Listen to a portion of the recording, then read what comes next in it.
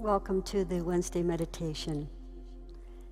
We're going to be doing a call and response, and it's really great to sing chants. It takes you to another place when you just kind of do the repeating of what I do and feel the meaning of it and put your voice to it. So just step out on faith and try to sing along. And if you'd like a name called out at the time when we do the prayers after the meditation, then you need to write their name on a piece of paper and put it into the prayer box. While Jack is speaking, I will go and take the names out and put them on the prayer list, and then that will be going into the box for a month afterwards, and then it goes on to Unity Village to Silent Unity. So we're going to do a chant that is very simple, and it's just what it is. Let's hope it takes you to a beautiful place.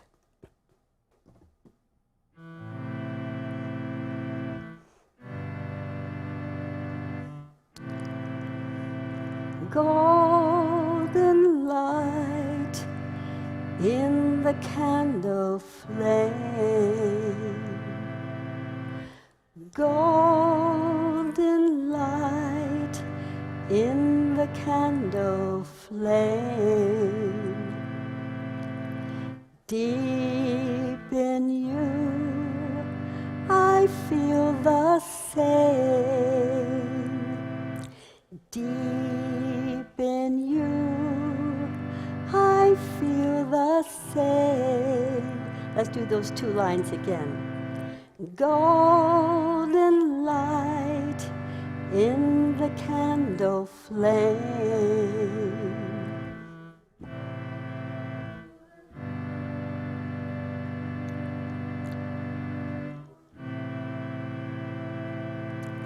golden light in the candle flame,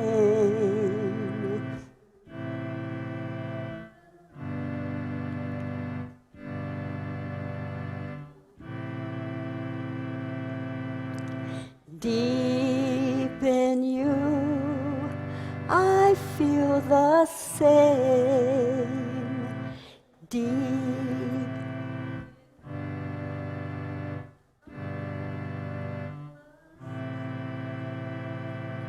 Let's do that again.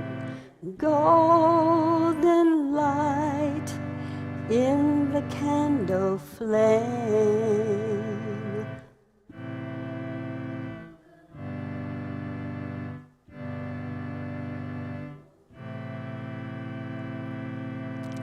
deep in you I feel the same,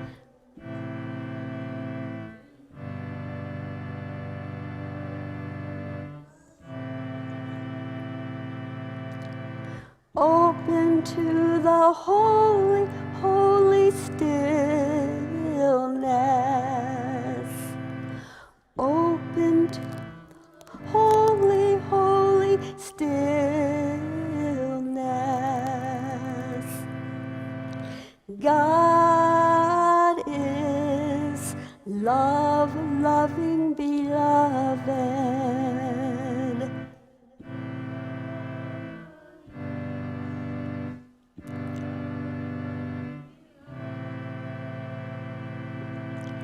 God is love, loving beloved.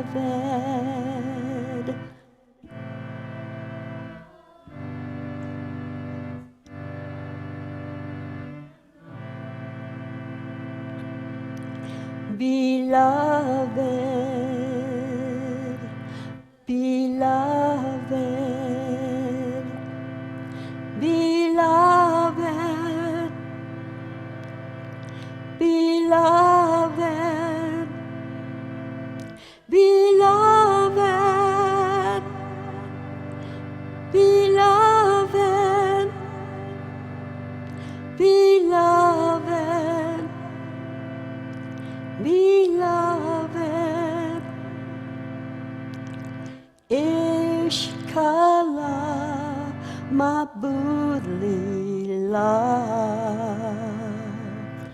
Ishkala, my Budlila. Ishkala, my Budlila.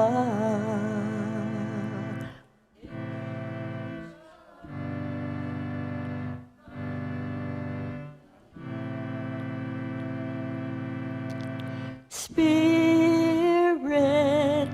spirit of ecstasy.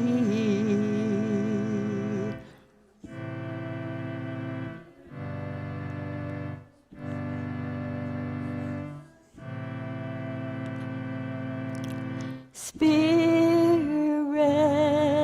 spirit of ecstasy.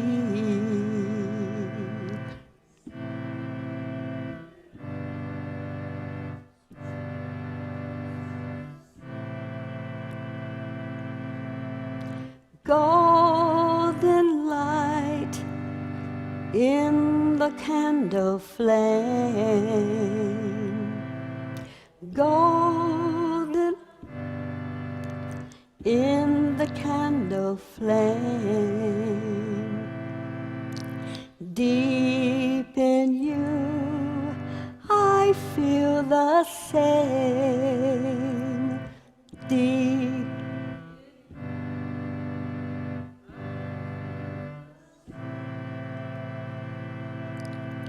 Open to the holy, holy stillness.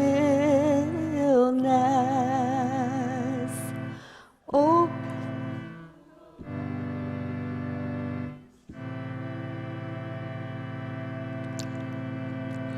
God is love, loving beloved.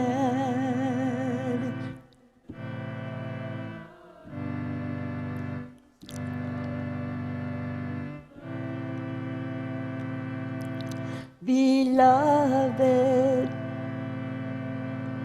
beloved, beloved, beloved, beloved, beloved, beloved, beloved. Ishkala mabudlila.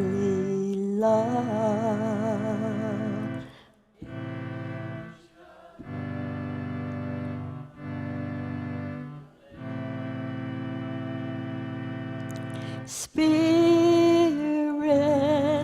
spirit of ecstasy.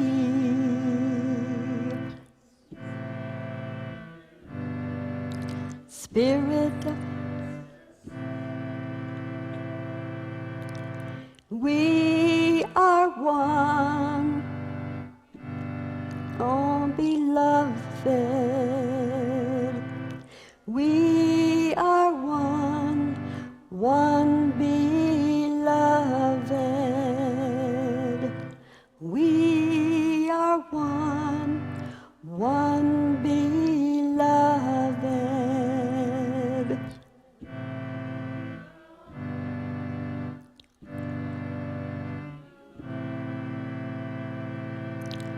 Beloved, beloved, beloved, beloved, beloved, beloved, beloved, beloved. Spirit, spirit of ecstasy.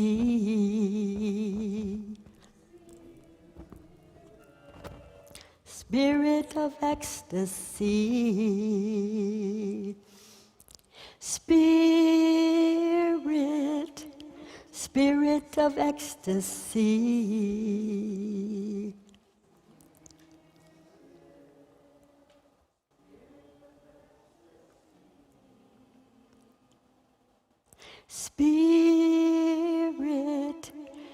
Spirit of ecstasy, Spirit, Spirit of ecstasy.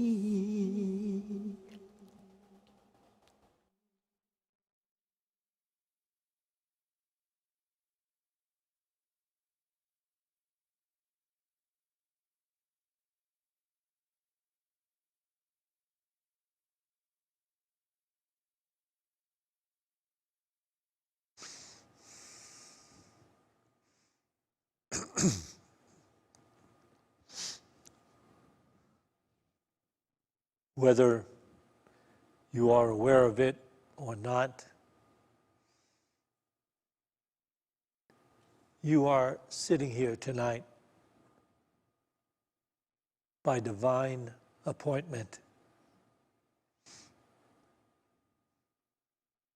You are on the journey toward God consciousness. And that comes about through two major conditions. One, there is the realization as we are living that it is not fulfilling us. And so that's the one element that would make us search a other than worldly path. Many people that come into that awareness time and time again will think that there's another way to live life from a worldly perspective and get through and find that fulfillment. But there is not. So ultimately, everyone, I suspect, comes to that recognition.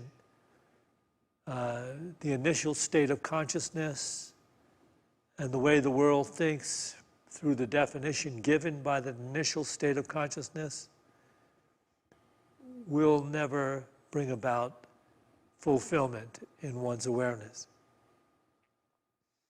And the other part of it is that if you have started some spiritual practice, you may have had moments of the sublime awareness, the mystical awareness of the indwelling nature of God. So those two things can happen, and they happen back and forth in our experience until one becomes more and more prevalent, the acknowledgement of the majesty, the joy, and the mystical peace and grace of God awareness eventually become the whole consciousness. And the disgruntled consciousness with the world just diminishes. So that's what we're in the process of doing. And when we say, well, what is that spiritual practice that brings us to that God awareness? And you can define it in a number of ways.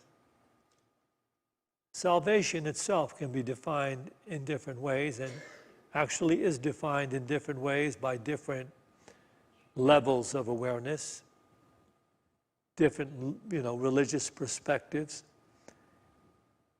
But in Unity, we believe that salvation is a state of mind that is free of fear, confusion, and resentment. A state of mind that is free of fear, confusion, and resentment. And we can only have fear, confusion, or resentment in the initial limited state of consciousness in which we have a mind-made definition of life, which includes the illusion of separation. That I'm a separate body-mind in a world of separate others. And that is, according to the masters of life, the teachers of truth, that is an illusion. And that separation gives rise to an entire level of worldly consciousness. So that everyone who is going through the experience of life in the world is operating from that illusion of being a separate body-mind, being a separate me in a world of separate conditions, people, and phenomena. And while that is necessary for us to come into that experience, as we grow up in the world, we should at some place see that there's something else that's required. And that's when we start this spiritual journey. And the spiritual journey really does something that is considered by worldly thinking to be insane. The world doesn't acknowledge God awareness or God consciousness. To the world, even those who are religious in the world, they see God as totally separate, distant. And so they are working in life to try to make their physical lives as best as they can, hardly recognizing that without a state of peace, there is no happiness. In other words, if you're always driven by concerns and worry, fear about not making the rent, or fear about that this money that you just got, you may lose that, or fear about getting ahead in life, not enough, or fear about losing your partner, or this or that, this will always cheat anyone living from a worldly perspective, cheat that one out of happiness. But if you begin to move toward the more refined level of consciousness, God awareness, you're actually moving into a mystical state that from worldly perspective is insane. The world doesn't believe that we are right now in the presence of another level of awareness that we can enter, just like we can enter a completely different dimension. And the world doesn't believe that's true. They believe that the only time you can do that is when you finally leave the body. And that's when you're going to go to heaven if you've been good. That is not what Unity believes. That is not what we understand will bring freedom, happiness, and fulfillment. So the plan for salvation has to do with this process of purifying our consciousness of the idea of being a separate body-mind. You still operate in a body that appears to be separate, but your mind now is not holding grievances in relationship to other people who are on the journey of life. Some of them not really involved in spiritual practice at all. But nevertheless, we do not hold grievances about them, because in order to enter God awareness or God consciousness, we must be free of that. Only the ego holds grievances. Only the mind-made me holds grievances and negative feelings and emotions about seemingly other beings. So A Course in Miracles will speak to this in this way. It's very interesting the way it's put in the workbook of A Course in Miracles. You can read this in the Course in Miracles workbook, page 120. The ego's plan for salvation centers around holding grievances. It maintains that if someone else spoke or acted differently, if some external circumstance or event were changed, you would be saved. Thus, the source of salvation is constantly perceived as outside yourself. Each grievance you hold is a declaration and an assertion in which you believe that says, if this were different, I would be saved. I would have peace. The change of mind necessary for salvation and peace is thus demanded of everyone and everything except yourself. The role assigned to your own mind in this plan, then, is simply to determine what other than itself must change if you are to be saved. According to this insane plan, any perceived source of salvation is acceptable, provided it will not work. Course in Miracles being direct in relating to us. The necessity, the absolute necessity. Can you imagine getting to a place where what you used to believe is the priority for living each day? And we've all had that. We've all been there. We get up in the morning, we have that cup of coffee, we read the newspapers, we're focused on making things happen in a really positive way that's going to improve our lot on a physical level in life. So we've had that. We've gone through that.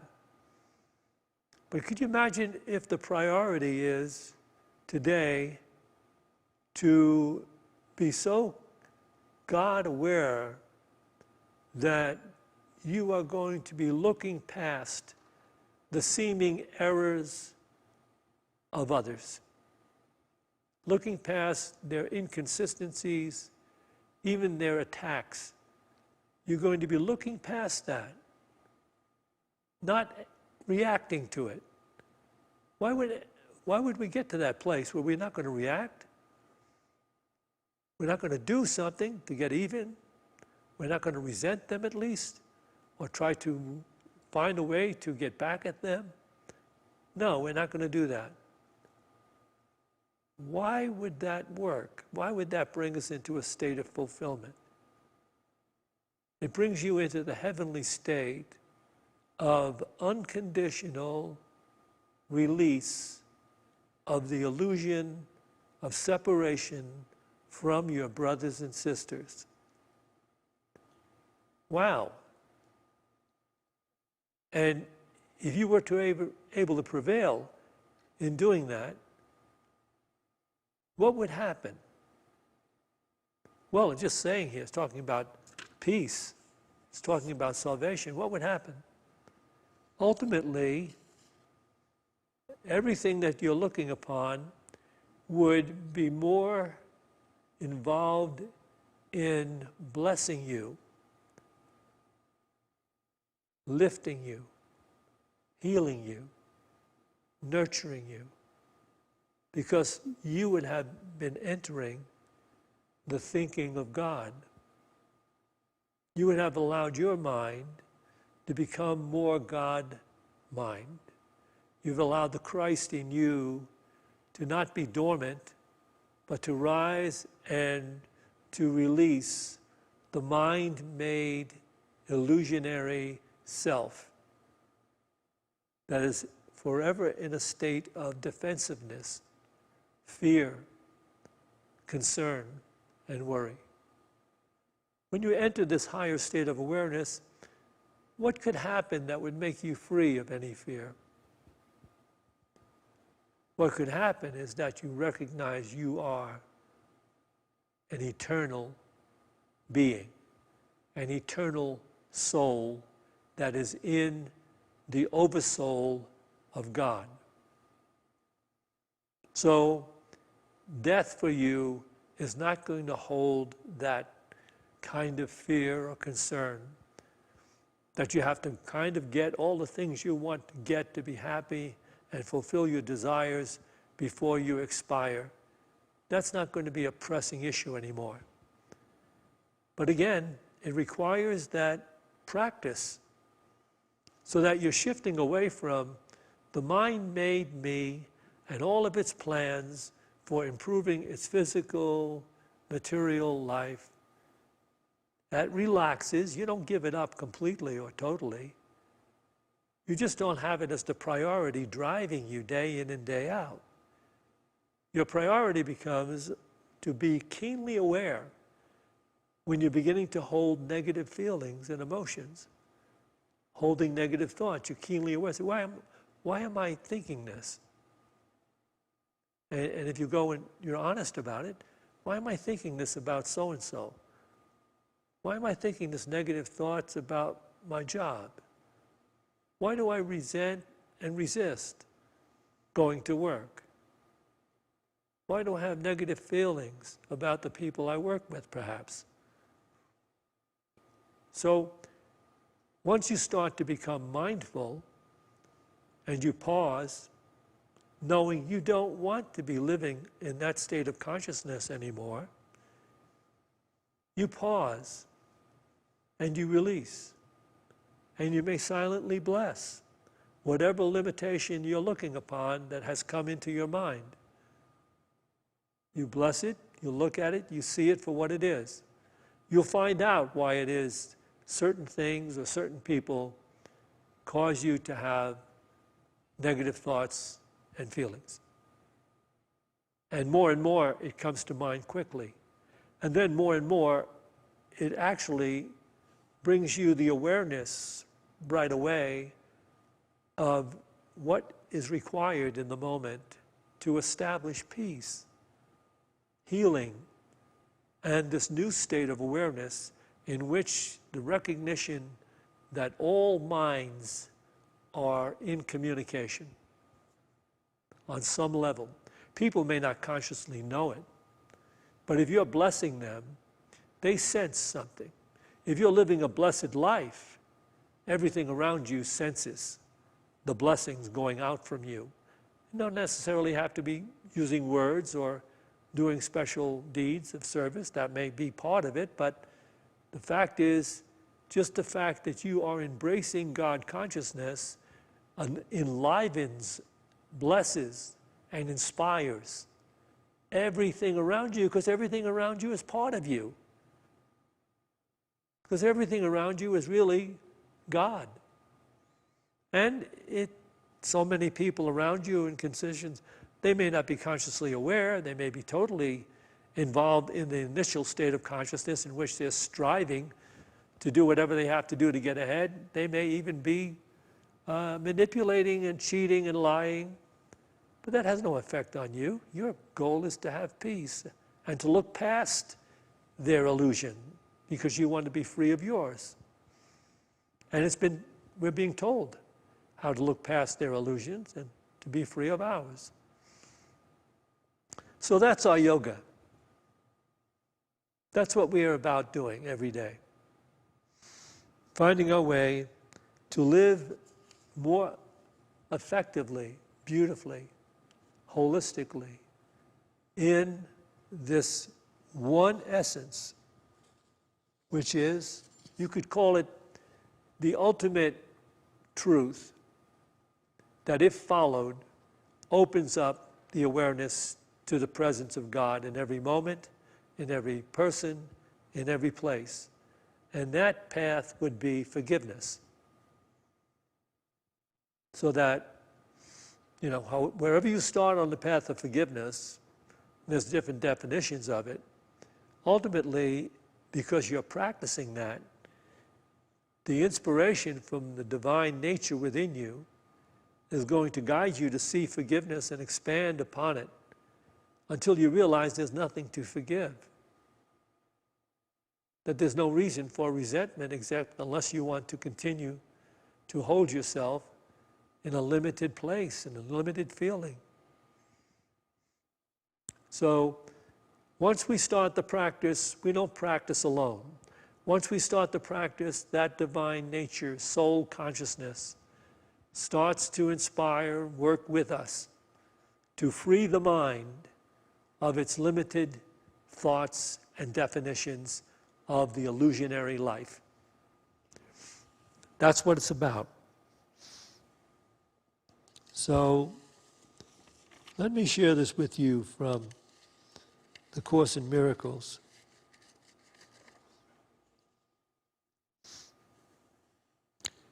This is an interesting thought that really should be out there in many different ways, not just in the Course. God indeed can be reached directly, for there is no distance between him and his Son. His awareness is in everyone's memory, and his word is written on everyone's heart. Yet this awareness and this memory can arise across the threshold of recognition only where all barriers to truth have been removed. In how many is this the case? How many people are now open to embrace this yoga of taking to task one's own personal awareness and making peace the operative ideal for living life? I don't suspect there's a number to it, but there is a number to this. Peter asks Jesus, "How often should I forgive one who offends me? 7 times?" Jesus said, "No. 70 times 7. So that's an interesting thing that he said, and he said it so beautifully. So that's 490 times. So if you forgive somebody 490 times, and then they still seem to be doing something to you, you can get them. 491, that's it. No more. You can be resentful, you can seek vengeance.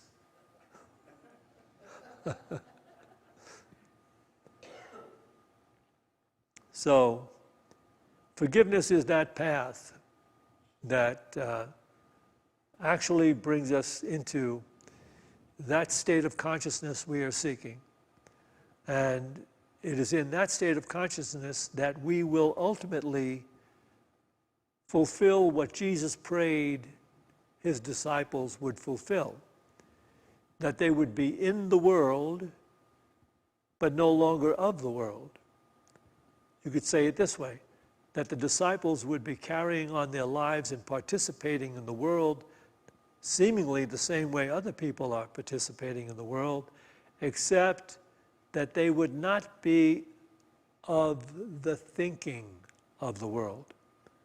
They would have transcended the illusionary idea of separation.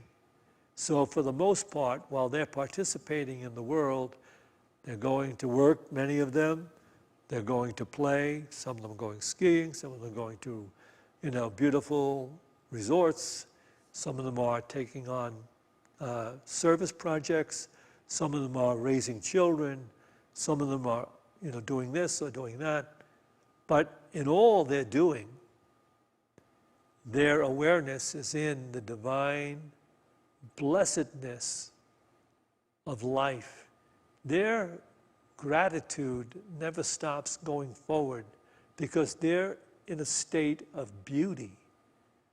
They see everything as sacred, even every challenge that comes to them personally. They see it as sacred and beautiful. They feel so good for no apparent reason, according to the world. They didn't hit the lotto. They didn't just buy a new car. Nobody gave them a bunch of money. Nobody decided that, this or that on their behalf. Nobody did anything like that. They just have found the truth about life, that there is, in every moment, an opportunity to have peace, to bless, to have joy, to share love. And they still operate in the world, but they're no longer of the thinking of the world. And this is said very cogently, in the scripture. Well, it's said over and over again. This eye for an eye consciousness, it only develops in the initial state of awareness, where we take ourselves to be separate body minds that have rights and have judgments, And we can decide, and we can get even, and we can be resentful and not have anything happen that's going to be detrimental. Let me say this. Whenever anybody's holding resentment, they're already feeling lousy. They're feeling afraid. Because if they're resenting someone, they're thinking someone else is probably resenting them. So all of that really comes down to a simple truth. Live each day in such a way that you would like to have others look past your seeming limitations and errors. And so you look past the seeming limitations and errors of others. That's all. You don't take it to mind or to heart. You don't want to feel like you want to get even. You pause and let it go and know it's better to choose peace and enjoy the beauty of being able to release all that. That's all there is to it. I mean, forget, you can take all the rest of religion and you can forget about it. Can you imagine? All the people that put themselves through, and it's really a state of personal transformation in one's consciousness that brings them into the kingdom of heaven that Jesus said is in the very midst of them, within them. So it's there. Open up to it and enjoy life as you were meant to enjoy it.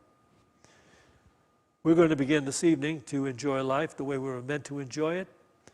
Through meditation, we'll start by listening to this beautiful crystal bowl, allowing these vibrations to move through us and lift us to that ethereal, accepting place. Because no matter where you are in consciousness, you are still beloved of the universal creator. No matter how limited or mean-minded you are in living your life, there's no element outside you that's trying to get you. You are getting yourself. God is creator, is the love, unconditional. So whatever you are, wherever you are beloved. So tonight, just feel that. Sit here knowing you are beloved. Listen to the beautiful tones that come out of this crystal bowl. And then when we get to that period of silence, you may want to hold this idea and hold it in your heart. Feel it. Breathe it in and out through your heart. Because this is absolutely true. God is love. Love is life. I am God's life. I am. Breathing in the I, breathing out the am. I am. God is love. Love is life. I am God's life. What else could I be but love?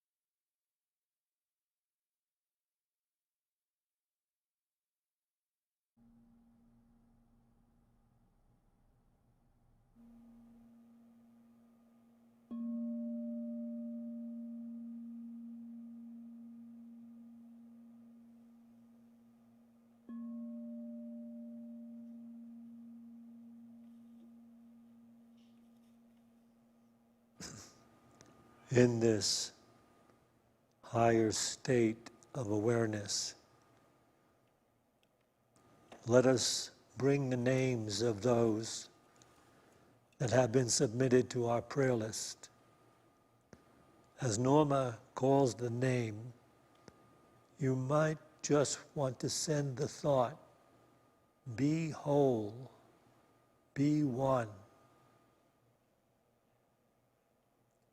Delisa, Helen, Betty Edwards, Christy Miller, Megan and Chris, Johnny and Olivia,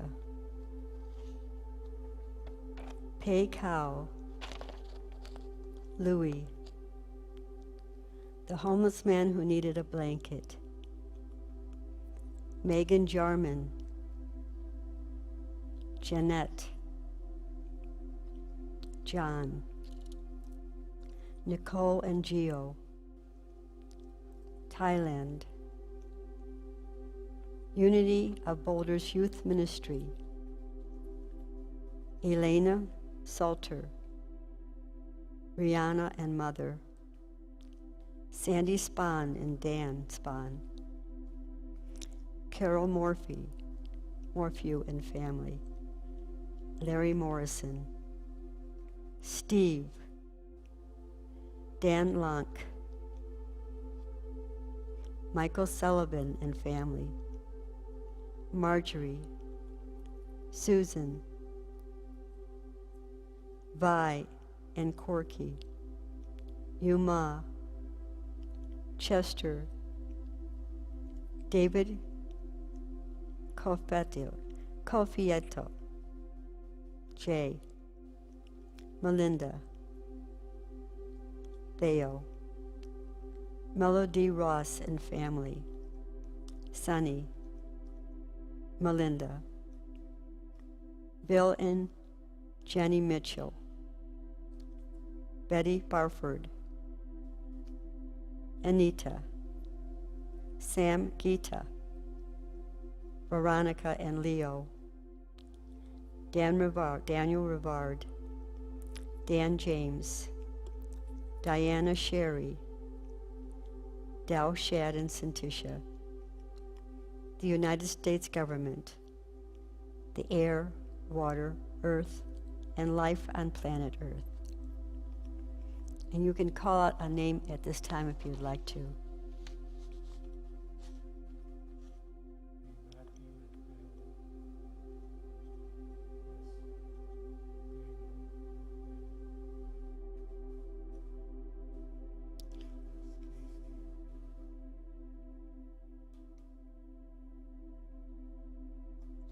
See this healing light surrounded the prayer box and all the people whose names had been submitted.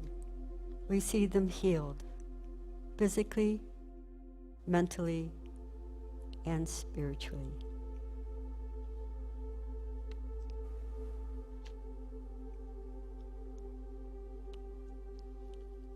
Let us take a few moments to share in a vision of the awakening of humanity, coming to the recognition of their divine purpose in the earth. This divine recognition coming forth in the consciousness of everyone sharing this Boulder community with us. This divine recognition of the presence of God in every person, in every place, in every condition, coming to light in the minds of everyone sharing the state of Colorado with us. This divine recognition rising in the awareness of everyone sharing these United States of America with us. And this divine healing recognition rising in the consciousness of everyone on every continent of the world, rising to recognize the presence of the one in all, the divine presence of God. As we pray, the light of God surrounds us. The love of God enfolds us. The power of God protects us. The presence of God watches over us.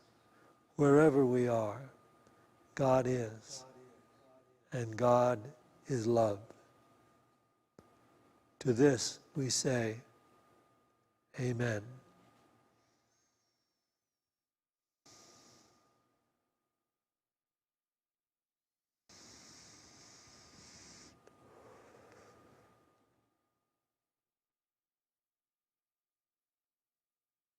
We will take an offering for unity now.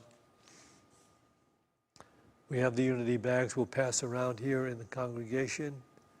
Those of you online just can bring to mind that financial gift you'd like to make to unity. You may want to scroll down to that button on your screen that says donations. It will explain to you how you can donate. So, as we bring to mind and hold in our hands this financial gift, let's bless it with this divine prayer. Divine love, through me, blesses and multiplies all that I have, all that I give, and all that I receive, because I give. And so it is.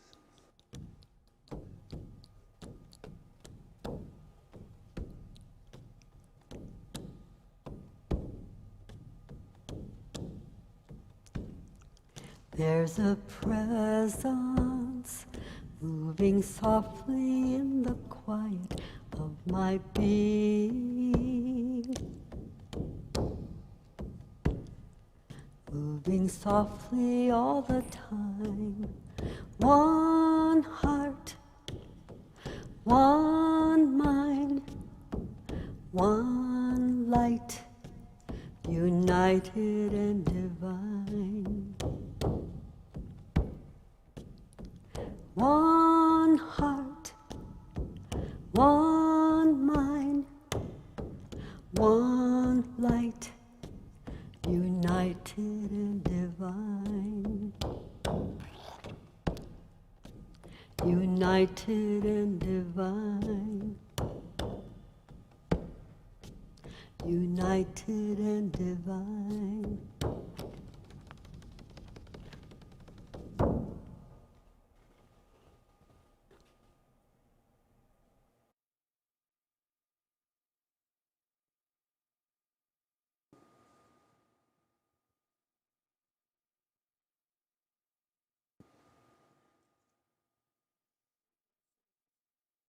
Join me now, please. Let's bless this offering together. Divine love blesses and multiplies this offering to go forth and establish that good that can be had and released through Unity of Boulder. And for this opportunity, we give thanks. Amen.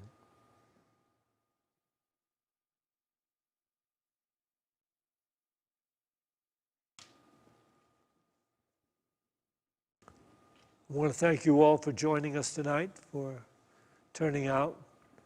I'd like to remind those of you that are here that I have put it out there that if I get 40 people at the 9 a.m. service on Sunday, they will get to see the most amazing shirt.